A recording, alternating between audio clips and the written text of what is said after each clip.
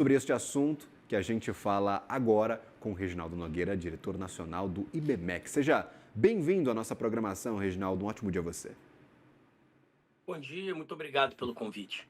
O que chama a atenção nessas revisões do Ministério da Fazenda, na tua opinião, para as projeções para a economia brasileira? Temos uma divergência, o mercado está bem mais pessimista do que o governo e do que o próprio Banco Central em relação à inflação.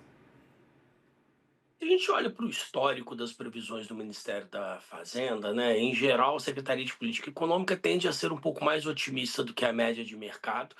Então, esses números eles não vêm muito como surpresa, eles apresentam, na verdade, uma visão um pouco da situação com um viés um pouco mais otimista do que a maior parte do mercado tem encontrado.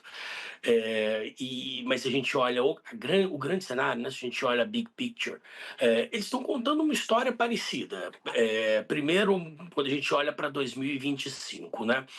Nós estamos falando de um país que desde 2021 vem crescendo em torno de 3,5%. Então, em 2021, logo na saída da pandemia, 22, 23 e ano passado, 4 anos seguidos de crescimento acima de 3, se aproximando de 3,5%. Tanto o mercado quanto agora o Ministério da Fazenda estão dizendo o seguinte: olha, esse crescimento vai cair no mínimo um ponto percentual, talvez um ponto e meio. Isso, inclusive, pelas medidas que o próprio Banco Central tem tomado desde do ano passado, de um aperto forte da política monetária, devido ao outro fator, que é a inflação, né? Então, claramente, essa economia nos últimos 4 anos ficou extremamente aquecida, desemprego em níveis historicamente baixos, pressões sobre inflação de serviços, e tudo isso tem colocado a inflação muito longe da meta, e temos aí esses juros de 14,75. Então é esperado mesmo esse efeito sobre o crescimento. Então existe ali essa pequena discordância entre 2 e 2,5, mas essa discordância se torna maior quando nós olhamos em 26. O mercado é bem mais pessimista sobre 2026.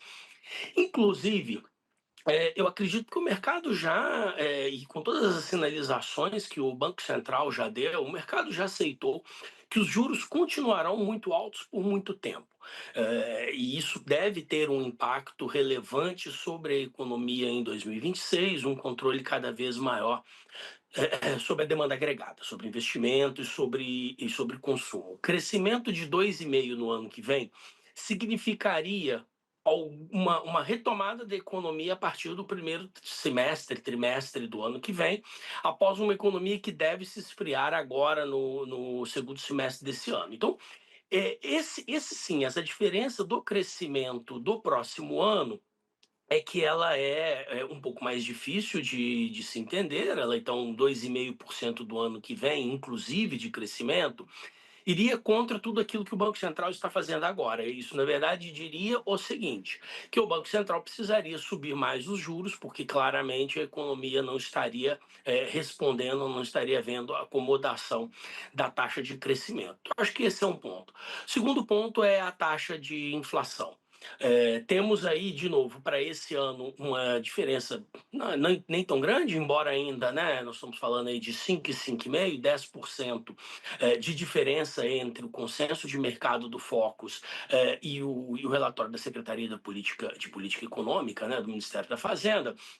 É, Porém, bem, é uma diferença muito pequena comparado com o que é esperado para o ano que vem. E aí eu acho que sim, no ano que vem há uma divergência grande o mercado espera 4,5 de inflação, ou seja, no limite da meta, enquanto a Fazenda diz em 3,6. Existem alguns riscos, tanto para um lado quanto para o outro. A ata e os comunicados do Copom têm dito exatamente isso, né? Essa inflação pode cair mais? Pode. Temos aí os riscos internacionais de uma recessão global. A China claramente está com medo de entrar em recessão, já começou a cortar juros. Então, isso tudo pode colocar ali algum efeito sobre a economia brasileira e reduzir, inclusive, a nossa inflação, com efeito sobre commodities e tudo mais. Agora, 3,6 parece muito fora daquilo que o Banco Central caminha, o que o mercado acredita e as projeções do Banco Central estão apontando. Para que a gente chegasse a isso, a 3,6, provavelmente seria preciso uma conjunção de fatores. De um lado, juros um pouco mais altos, de outro lado, uma ajuda desinflacionária vindo do resto do mundo. Então, 3,6 parece, né, um pouco de otimismo demais para a inflação de 2026. Isso aí provavelmente vai ser ali feito alguns ajustes ao longo do ano nessas previsões. Perfeito. E aí, por exemplo, quando a gente olha para esta inflação no ano que vem, que deve ser mais baixa e o crescimento deve ser mais alto, a gente estaria colocando na conta o ônus, que, né, por exemplo, estaria colocando o bônus, que seria esta inflação mais baixa, mas sem colocar o ônus, que seria a desaceleração da economia, uma queda forte no PIB, ou não, mesmo que não queda, uma desaceleração, por exemplo, para casa de um ponto percentual alto. Seria essa mais ou menos a relação que a gente estaria olhando para o ano que vem com o viés também do Ministério da Fazenda neste boletim macrofiscal. Exato, ele está dizendo ali que no próximo ano, que a gente já teve ali uma desaceleração da economia para próximo de 2%, mas que no ano que vem a economia voltaria a crescer enquanto a inflação continuaria a cair. Bom, é difícil que isso aconteça exatamente esse conjunto de fatores, é, e acho que no caso do crescimento, isso dependeria, por exemplo, de mais estímulos fiscais, que contrabalanceassem ainda mais os efeitos da política monetária. Porém, isso levaria a um efeito maior da inflação. Então, essa questão do 3,6% de expectativas para o ano que vem, ela é um pouco mais complexa, essa é uma decisão, essa é uma definição e uma estimativa que eu acredito que será ainda revista ao longo do ano, à medida que novos dados comecem a ser conhecidos, né? Principalmente o cenário internacional. Mas eu acho que no final, e eu acho que, de novo, o Banco Central falou muito sobre isso, tudo vai depender, inclusive, da política fiscal, se ela terá um caminho mais contracionista, que aí sim ajudará o Banco Central na busca por juros mais baixos e inflação mais reduzida.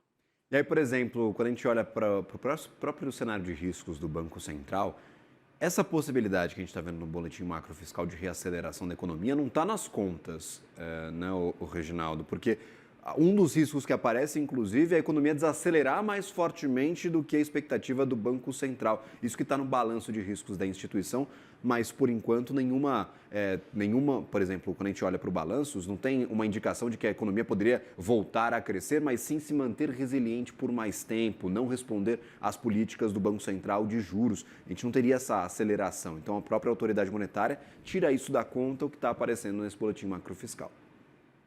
Com certeza, eu acho que a preocupação do Banco Central é que talvez a economia se esfrie mais rapidamente do que todo mundo espera, o que aí sim possibilitaria cortes de juros, talvez mais aceleradamente do que antecipado. Não há essa preocupação no momento de que a economia estaria caminhando para acelerar mais em 2020, 2026. Então, isso daí se realmente se destoa. Mas eu acho que existe ali um outro ponto importante no relatório macro, né, do Ministério da Fazenda, Secretaria de Planejamento Econômico, que é um pouco sobre a questão fiscal.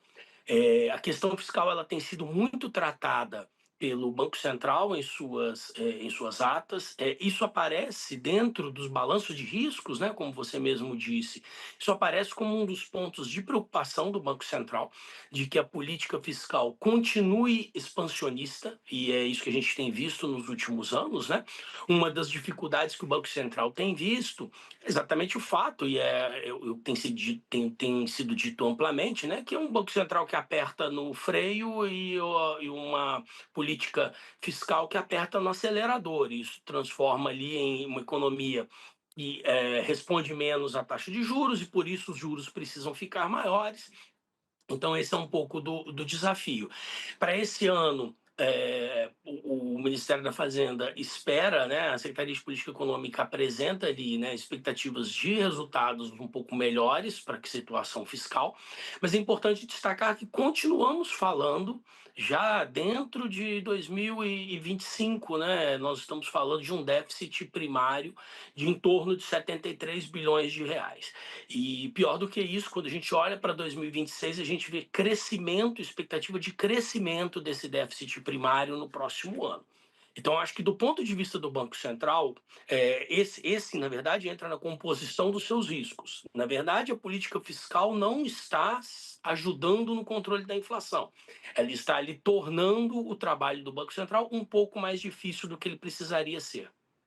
Inclusive, é citada a política fiscal, tanto no comunicado quanto na última ata da divulgação da reunião do Copom, dizendo que é uma peça importante, é um ativo que o Banco Central utiliza para fazer análise e tomar decisão de política monetária. Então, também está acompanhando essas decisões fiscais, esta orientação do governo em relação aos seus gastos. Reginaldo, obrigado por nos ajudar a entender estas projeções, essa divergência entre Banco Central, mercado e o Ministério da Fazenda. Vamos acompanhar ao longo dos próximos meses quem que vai estar certo no final destas contas. A gente já viu aí muita mudança nos últimos anos, o mercado errando bastante nas projeções que vimos, por exemplo, para o ano passado.